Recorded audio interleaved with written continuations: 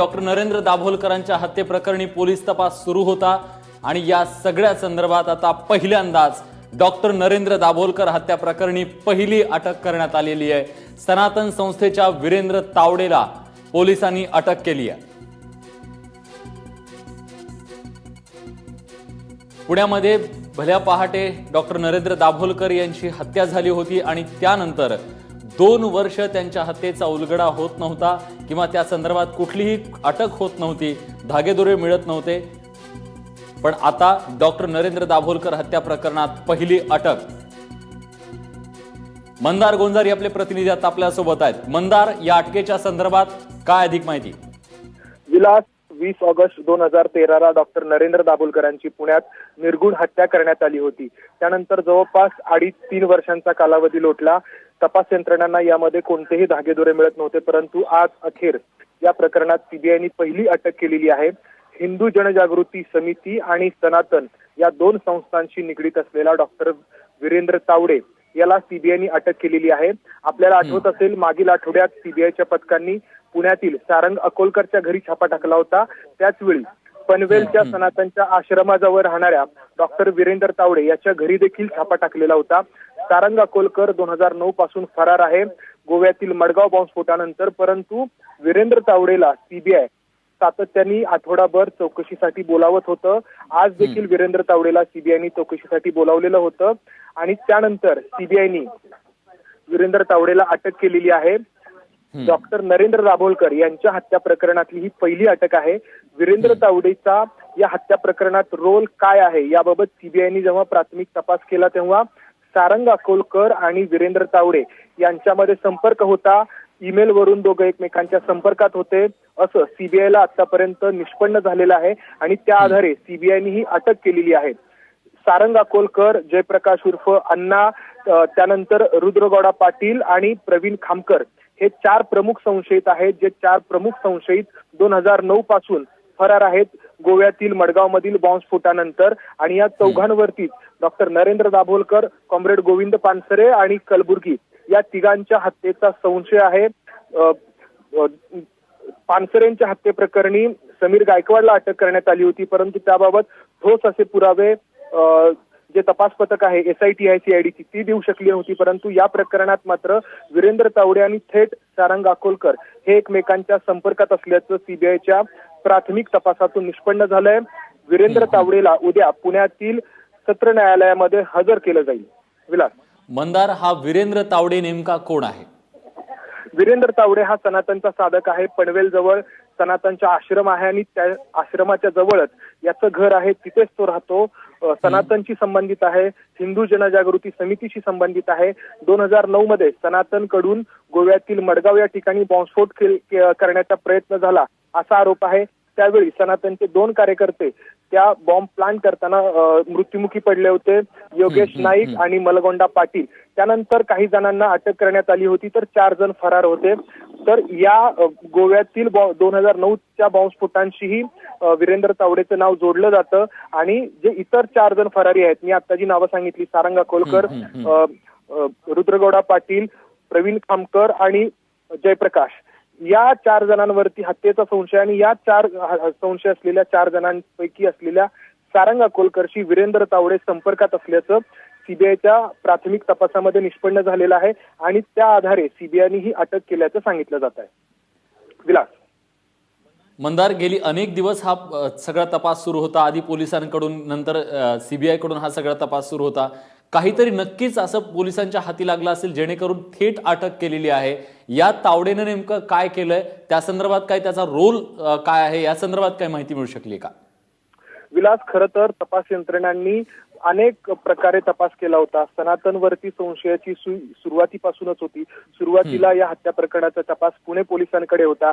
पुणे पोलिसांच्या त्यावेळच्या पथकांनीही काही सनातनच्या साधकांना सनातनचा गोव्यातील फोंडा इथला जो आश्रम आहे तिथून चौकशीसाठी ताब्यात घेतलेलं होतं, परंतु ठोस असे पुरावे, काही लिंक्स भेटत नव्हत्या पोलिसांना। त्यानंतर तपास सीबीआयकडे देण्यात आला। सीबीआयचा तपास अनेक वेळा थंडावल्याचं दिसून आलं। न्यायालयाकडून सीबीआयला फटकारण्यात देखील आलं। त्यानंतर सीबीआयनी सनातनच्या काही साधकांच्या पॉलिग्राफ टेस्ट केल्या, अनेक जणांची चौकशी केली, अनेक प्रकारे चौकशी केली आणि त्यानंतर मागील आठवड्यात सीबीआय खऱ्या अर्थाने या प्रकरणात सक्रिय झाल्याचं दिसून आलं. आधी पुण्यातील आप्पा बळवंत चौकामध्ये सारंग अकोलकरचं जे घर आहे ते बंद असतं गेल्या काही दिवसांपासून, त्यावरती सीबीआयने छापे टाकले आणि काही साहित्य हस्तगत केलं आणि त्याच दिवशी त्याच वेळी वीरेंद्र तावडे हा जो पनवेलच्या आश्रमाजवळ राहणारा साधक आहे त्याच्या घरी देखील सीबीआयने छापे टाकले होते. त्यानंतर सीबीआयने त्याला 2 ते 3 वेळा कार्यालयामध्ये चौकशीसाठी बोलावलेलं होतं. 2 ते 3 वेळा सीबीआयने त्याच्याकडे चौकशी केली. आज देखील त्याला चौकशीसाठी बोलावण्यात आलं होतं आणि अखेर 8:30 वाजता सीबीआयने त्याला अटक केल्याची माहिती सीबीआय कडून देण्यात येत आहे. या प्रकरणातली ही पहिली अटक आहे आणि महत्वाची अटक आहे. फक्त या प्रकरणापुरतीच या अटकेचं महत्व नाही, तर कॉम्रेड गोविंद पानसरे यांच्या हत्येप्रकरणी देखील सनातनचाच एक साधक समीर गायकवाड आपल्याला माहित आहे, तो अटकेमध्ये आहे. त्याचा रोल काय आहे याबाबत तपास पथक, कॉम्रेड पानसरेंच्या हत्येचा तपास करणारं तपास पथक ठोस काही सांगू शकलेलं नाही. चार्जेस फ्रेम करण्यात आलेले आहेत, परंतु ठोस असं काही सांगू शकलेलं नाही. कलबुर्गींच्या हत्येच्या तपासाची प्रगती फारशी झालेली नाही. त्यामुळे आता वीरेंद्र तावडेकडून जी माहिती मिळते ती तपास यंत्रणांसाठी महत्वाची असेल आणि डॉक्टर नरेंद्र दाभोलकरांच्या हत्येचा तपास सीबीआय करत आहे. कॉम्रेड गोविंद पानसरेंच्या हत्येचा तपास राज्य पोलिसांची एसआयटी करते आहे, तर कलबुर्गींच्या हत्येचा तपास कर्नाटक पोलीस करतायत.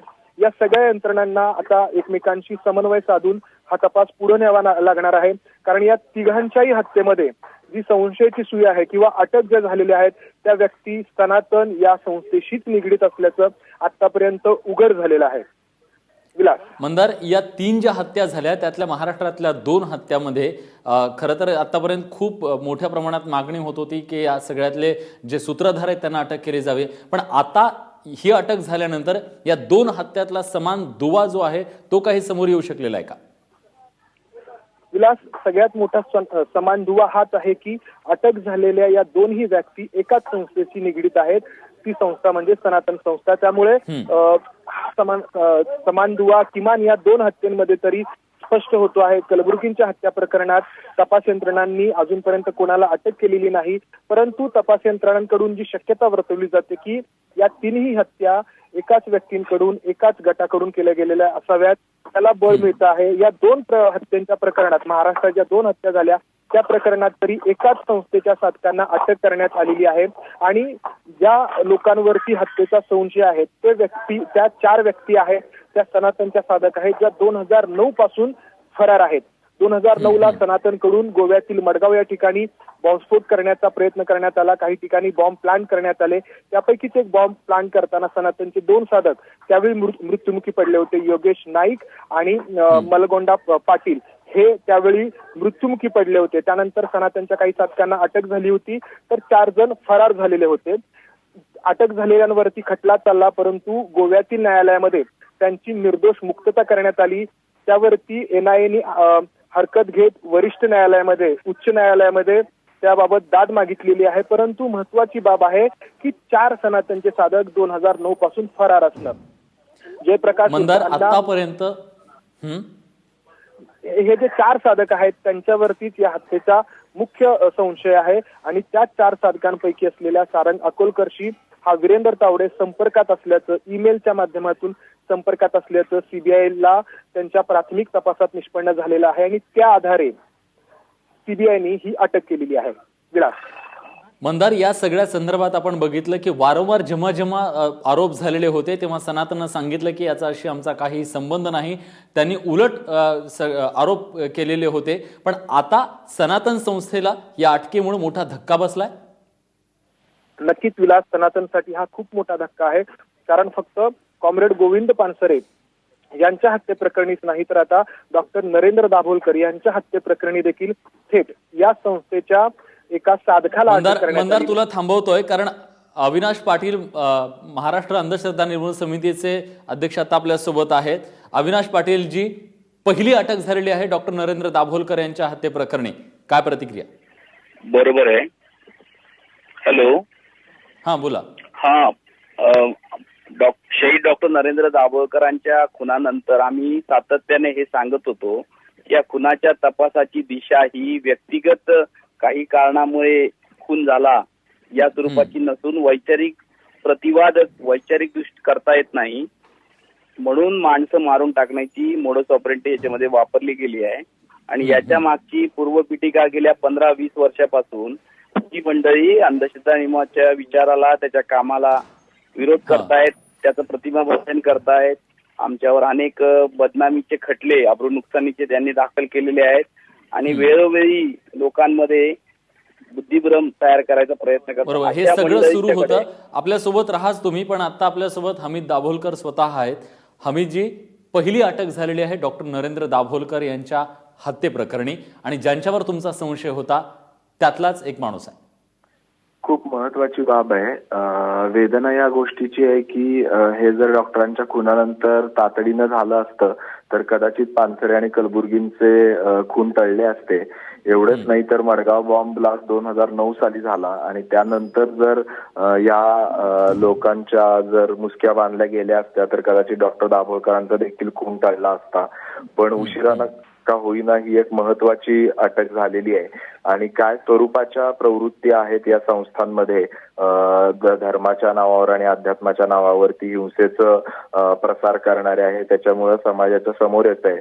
एवढ्यापुरतं पोलिसांनी न थांबता डॉक्टरांचे, पानसऱ्यांचे आणि कलबुर्गींचे मारेकरी शोधून काढावेत, त्यांच्या मागचे सूत्रधार शोधून काढावेत आणि अशा स्वरूपाच्या प्रवृत्तींना लोकशाहीमध्ये काहीही स्थान नाही हे दाखवून देण्याची आज राज्य शासनाला वेळ आलेली आहे. पण हा केवळ एक मोहरा आहे, याच्या मागे आणखीन खूप काही असू शकतं असं तुम्हाला वाटतं? निश्चितच असू शकतं, कारण की हे तर स्पष्ट आहे की 3 वर्ष ज्या वेळेला अटक व्हायला लागतात त्यावेळेला हे अतिशय नियोजनबद्ध केलं गेलेलं कटकारस्थान आहे. हे केवळ रागाच्या भरामध्ये केली गेलेली गोष्ट नाही.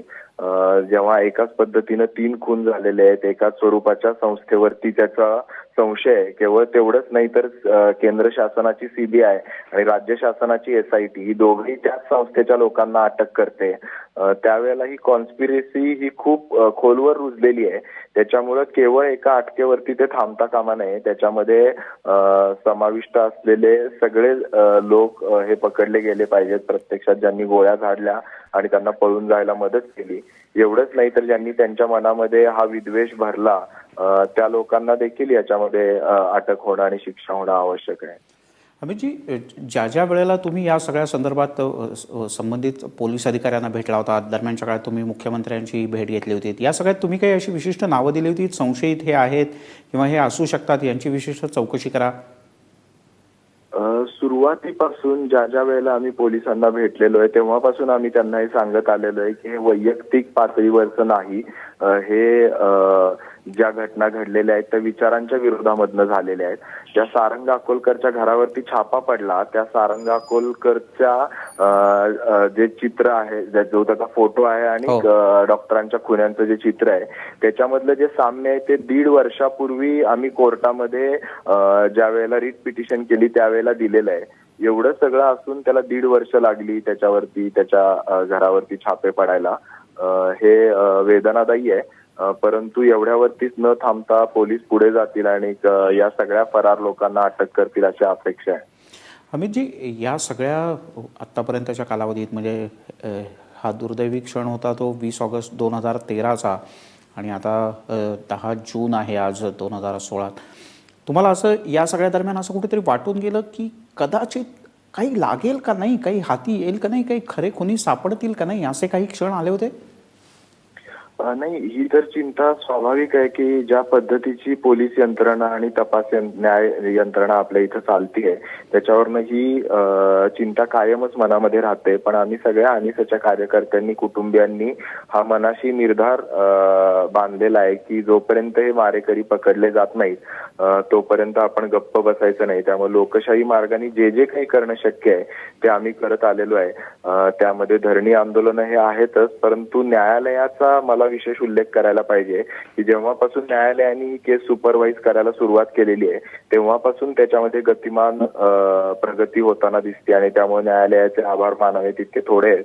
केवळ तेवढंच नाही तर माध्यमांनी देखील ह्याच्यामधलं जे काही सातत्याने त्या विषयाला लावून धरणं आहे हे केलेलं आहे. आणि डॉक्टरांचा खून हा केवळ एका व्यक्तीचा खून नाही, तर तो लोकशाहीतल्या विचार स्वातंत्र्याचा खून करण्याचा प्रयत्न आहे.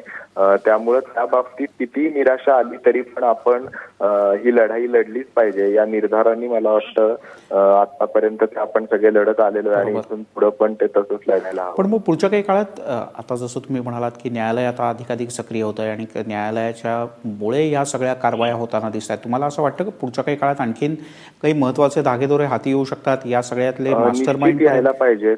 हो, ज्या पद्धतीने समीर गायकवाडच्या बाबतीमध्ये झालं की तपास एका मर्यादेमध्ये अडकून राहिला, तसं होता कामा नये या बाबतीमध्ये. आणि न्यायालयाची 24 तारखेला पुढची सुनावणी आहे आणि न्यायालय याची गंभीर दखल घेत आहे. त्याच्यामुळे न्यायालयामध्ये सातत्याने याचा पाठपुरावा आपण करत राहणं आवश्यक आहे. आणि बाहेर रस्त्यावरचा आणि माध्यमांचा दबाव देखील मला वाटतं यासाठी आवश्यक आहे की लोकशाही मधला हा एक अत्यंत महत्वाचा लढा आहे आणि तो आपल्याला जर लॉजिकल कन्क्लुजनला न्यायचा असेल तर केवळ एका अटकेवरती ते थांबता कामा नये.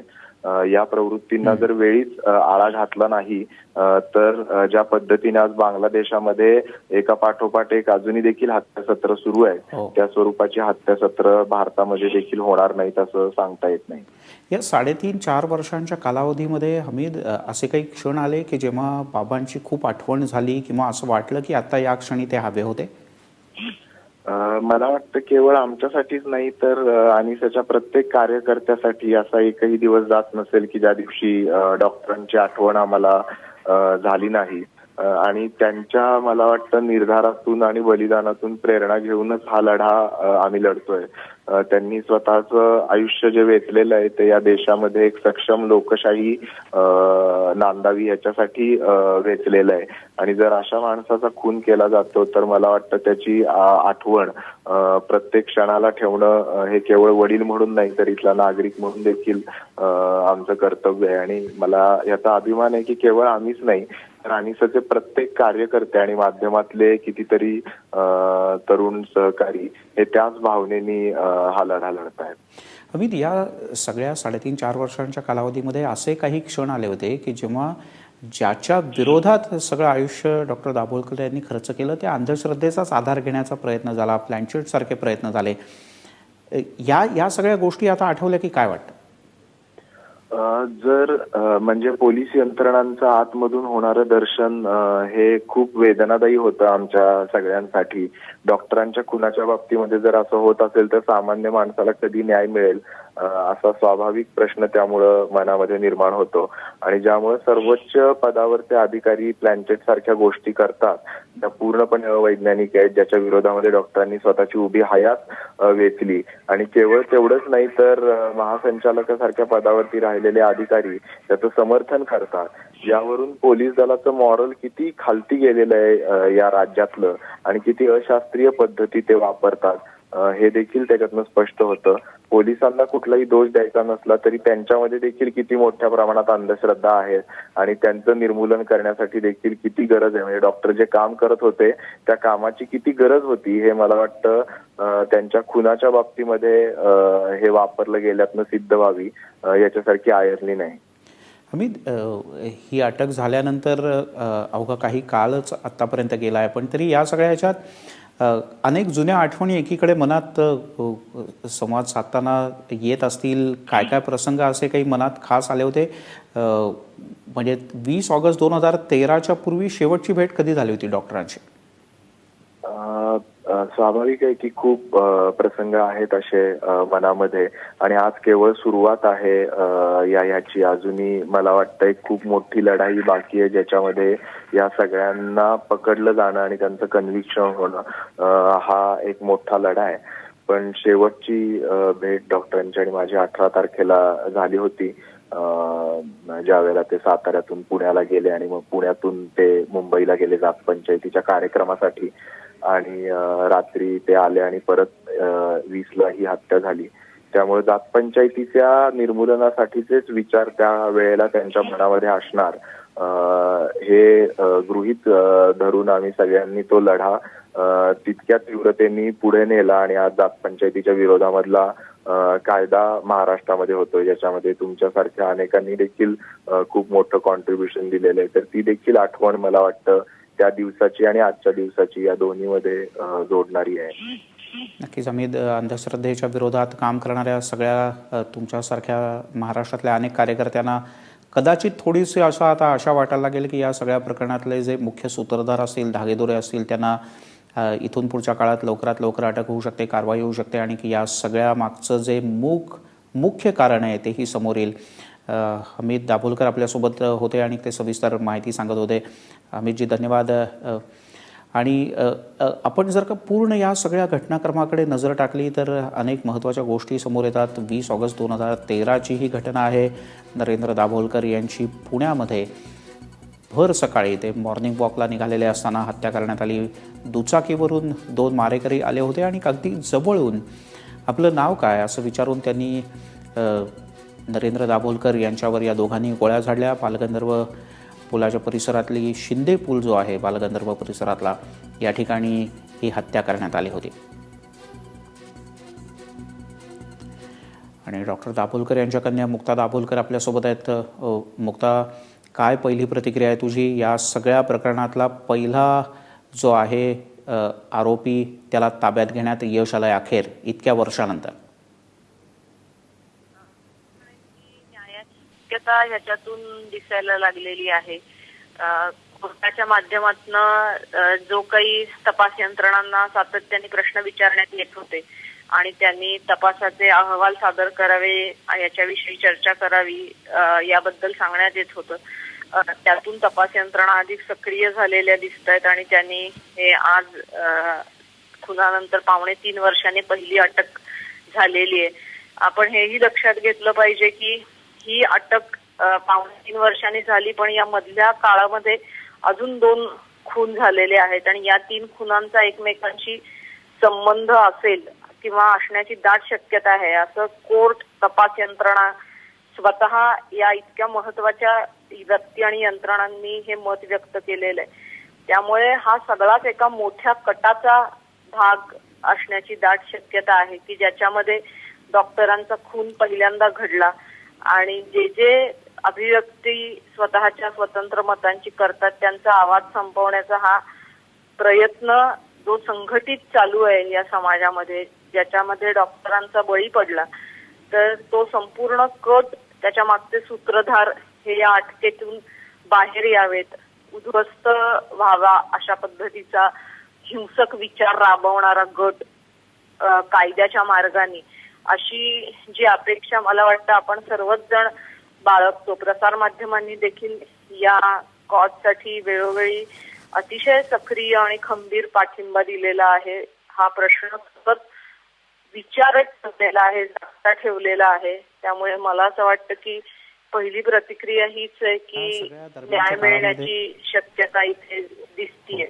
मुक्ता, या सगळ्या दरम्यानच्या काळामध्ये तुम्ही वारंवार असा आग्रह धरत होतात की हे या विशिष्ट विचारांचे, विशिष्ट संघटनेचे कार्यकर्ते आहेत आणि त्या दृष्टीनं तपास केला पाहिजे. आणि जेव्हा तपास होत नव्हता आणि आता अखेर हिंदू जनजागृती समितीच्या कार्यकर्त्याला तावडे याला अटक करण्यात आली.